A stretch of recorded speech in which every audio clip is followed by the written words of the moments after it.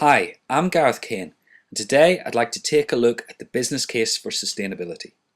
It is vitally important to understand what sustainability means to your business. It informs your strategy, it informs everything you want to do. And it's often misunderstood, which is why this presentation is subtitled Go Green, Save Money is for Amateurs. The business case has several different levels, and I'll go through them one by one. The first level is compliance, and that forms the base of our model. Because if you don't act within the law, it will destroy everything else you try and do. And if you don't believe me, just ask BP, which at the height of the recent Gulf of Mexico oil spill lost a third of its share value and any credence to being a green company. The next level is the direct economic benefits you can make from going green. This is the go green, save money stuff, because some companies do save an awful lot of money through reduced energy use, reduced waste, and reduced water, etc., etc. Sometimes into the millions of pounds, millions of dollars. It's also a benefit in terms of asset value, because as we move to a low carbon economy, if you have high carbon assets, they're going to be worth less than a competitor with low carbon assets. And above the direct cost savings, we start to get into the more intangible benefits, and in particular, staff recruitment and retention. Survey after survey has shown that staff, that graduates and new recruits, they want to work for companies that are green or ethical. And likewise, an awful lot of green and ethical companies have retention rates way above their competitors. It's got to the stage now where the high street stationer W. Smith has started sending out environmental information with the application packs because they were getting so many requests. We're getting towards the top of our model now, and the next stage is marketplace differentiation. How much business you can win through being green. And if you deal with the big retailers like Walmart or Tesco's, if you deal with the public sector, local or national governments, or indeed some other huge companies, you're part of their carbon footprint, part of their ecological footprint, and more they're going to expect you to go green. And lots of companies are now saying that the difference between winning 6, 7 or 8 figure contracts or losing them can be their sustainability performance.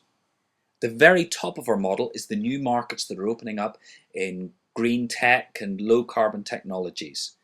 And these can be really substantial as we move towards a low carbon economy in particular.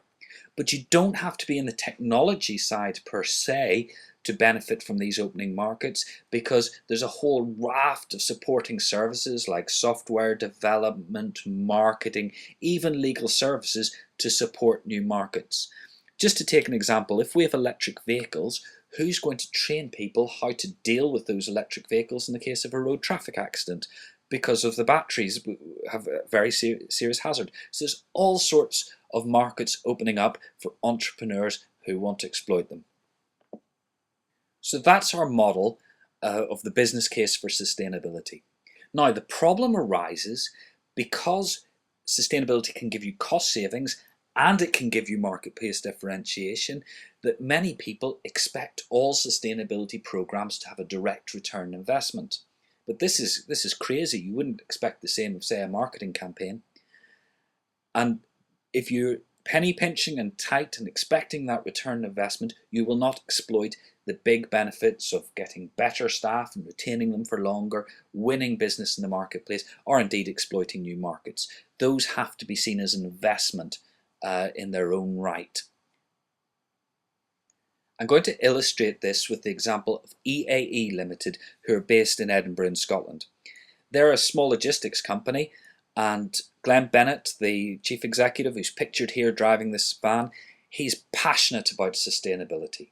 He has invested in a wind turbine, an electric vehicle, so the electric vehicle is zero carbon, all these exciting things for such a small business. And he won't see a return investment on him. There's no case for him of go green, save money. But he has won contracts where he believes that this demonstrable sustainability performance has outperformed his rivals. He says one picture of a wind turbine is worth 100 environmental policies. So that's why I say go green, save money is for amateurs, because you're not getting the whole picture. Okay, so that's pretty much it for today. If you want to learn more, you can certainly purchase my book, The 3 Secrets of Green Business, which is out on Earthscan, or look up my website, www.terrainfirma.co.uk, and I've got a blog on there with lots of free information and interesting details about events and that sort of thing every week. And of course, you can subscribe to the Low Carbon Agenda, which is my free monthly bulletin, which again is packed full of hints and tips and descriptions like this. So thank you very much for listening. This is Gareth Kane, and that was the business case for sustainability.